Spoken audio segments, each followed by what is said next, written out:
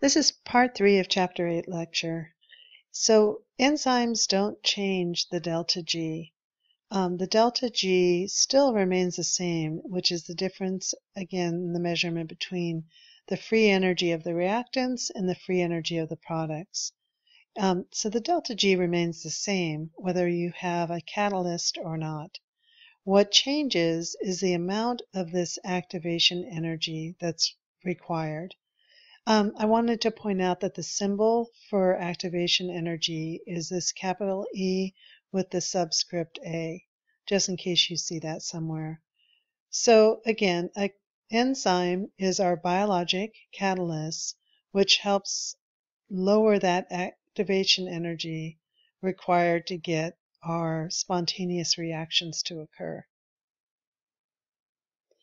Because there's an overall decrease in free energy in this type of reaction, even though there's an input of energy here to get the reaction going, if it were the entire activation energy, then you probably hear this activation energy is greater than the delta G.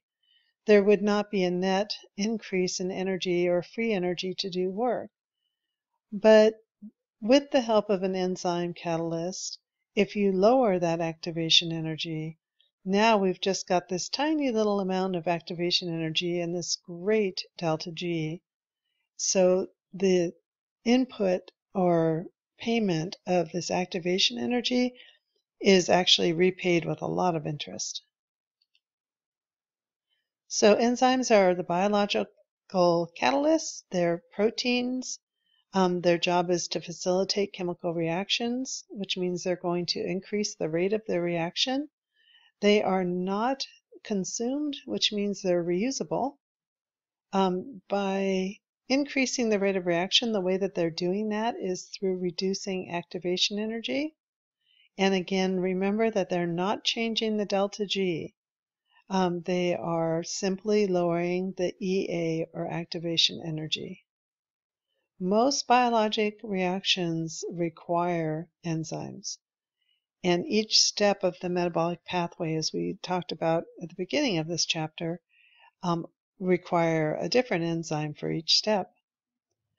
And the reason for this is that enzymes are very specific.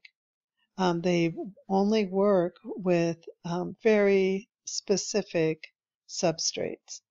And there have to be thousands of different enzymes in cells because of all the thousands of reactions that are occurring in the cellular metabolism.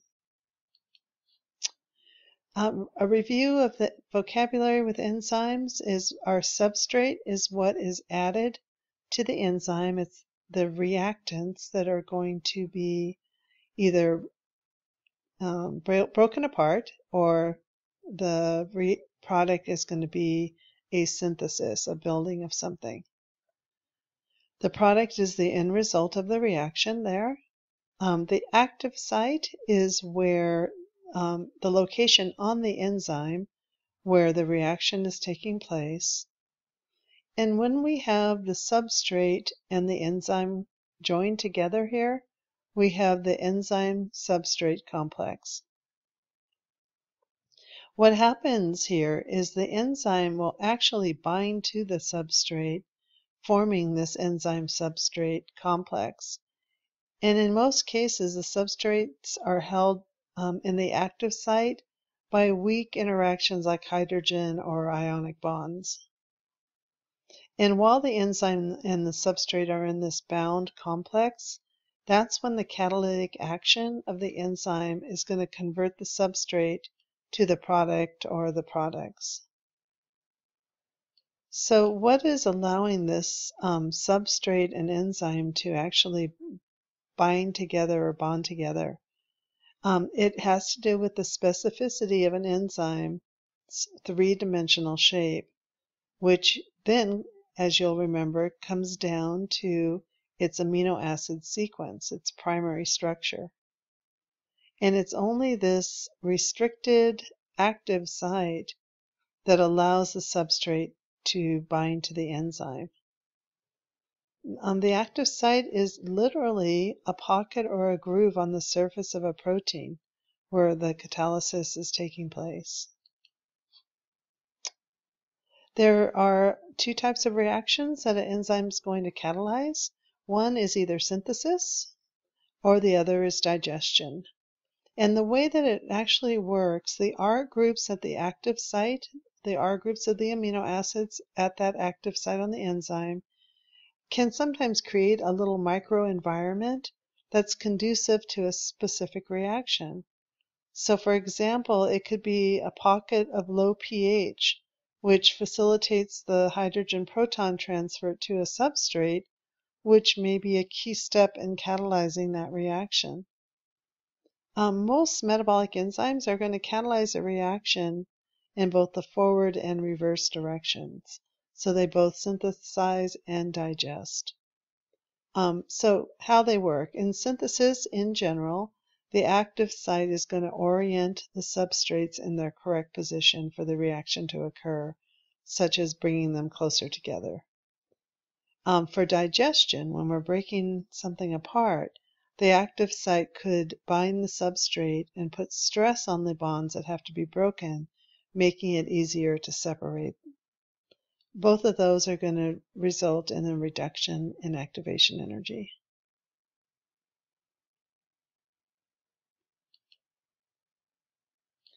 Oh, back to this. Actually, I wanted to just end this discussion here with saying, again, most enzymes will work in either direction, but they're going to catalyze reactions in the direction of equilibrium.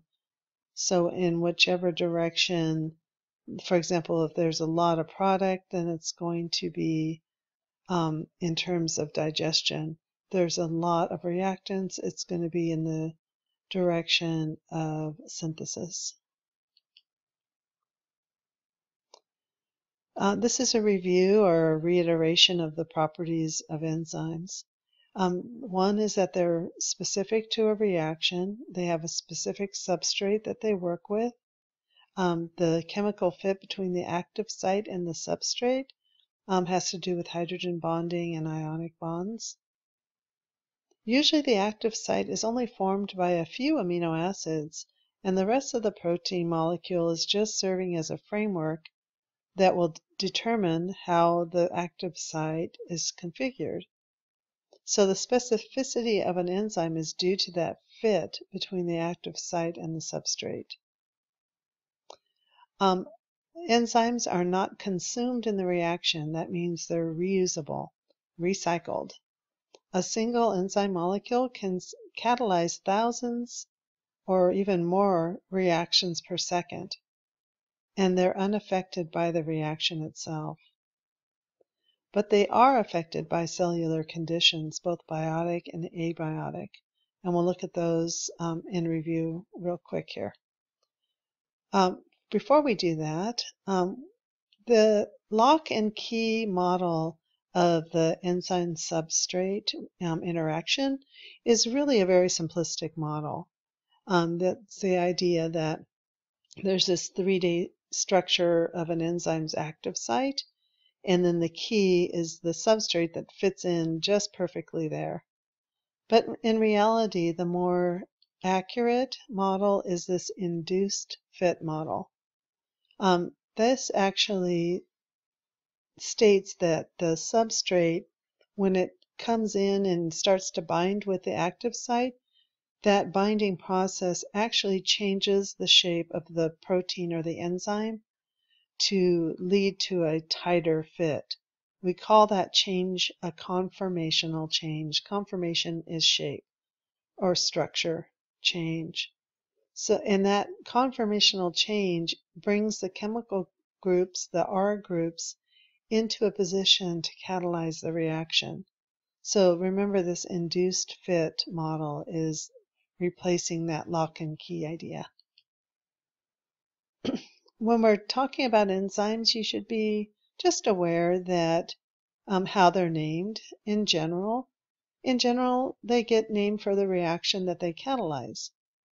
And they usually end in ASE, like sucrase breaks down sucrose.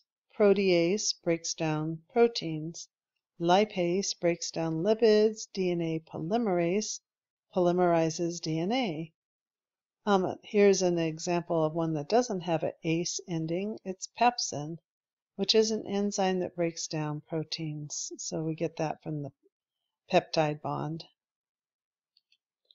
So now on to factors that affect enzymes. See if we can get through this quickly since we talked about this in our lab. The things that we've listed are enzyme concentration, substrate concentration, temperature, pH, salinity, activators, or inhibitors. And those are the ones we really didn't talk about in the lab, so I'll spend most time on those. But first of all, enzyme concentration. The higher the concentration of enzyme means there's just more enzyme to go about catalyzing the reaction. So it makes sense it's going to increase the amount of product. So as the enzymes increase, the reaction rate increases.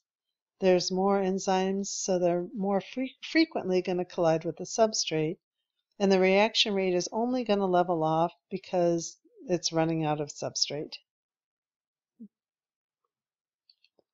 Then other one is substrate concentration, and again, this is going to increase the reaction rate. So our reaction rate increases the more substrate that we have. At low substrate concentrations, there's an increase. As we increase it, the substrate concentration speeds up binding to available active sites. But there's a limit to how fast a reaction can occur.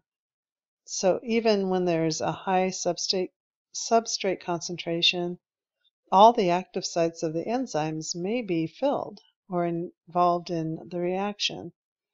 At that point, we say the enzyme is saturated.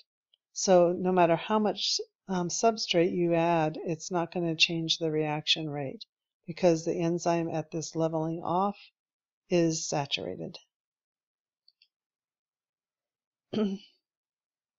This is just, again, showing that same idea.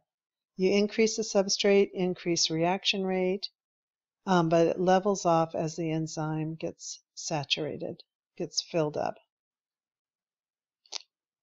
Okay, we also have temperature, an abiotic factor that controls enzyme reaction.